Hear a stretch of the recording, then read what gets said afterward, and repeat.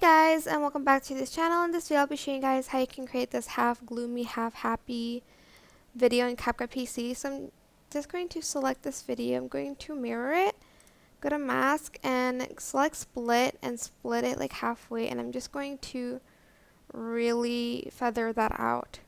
On the first video you're just going to select filters and you're going to add in the black and white filter, and you're going to go to effects and you're going to add in the rain filter as well.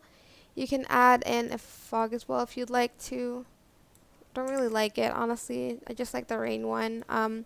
Then on the second one you can add in like maybe this cute soft rose one, or like the falling petals ones. Totally up to you. You can even add in some cute like filters to that, maybe like this clear one to make it more sunny.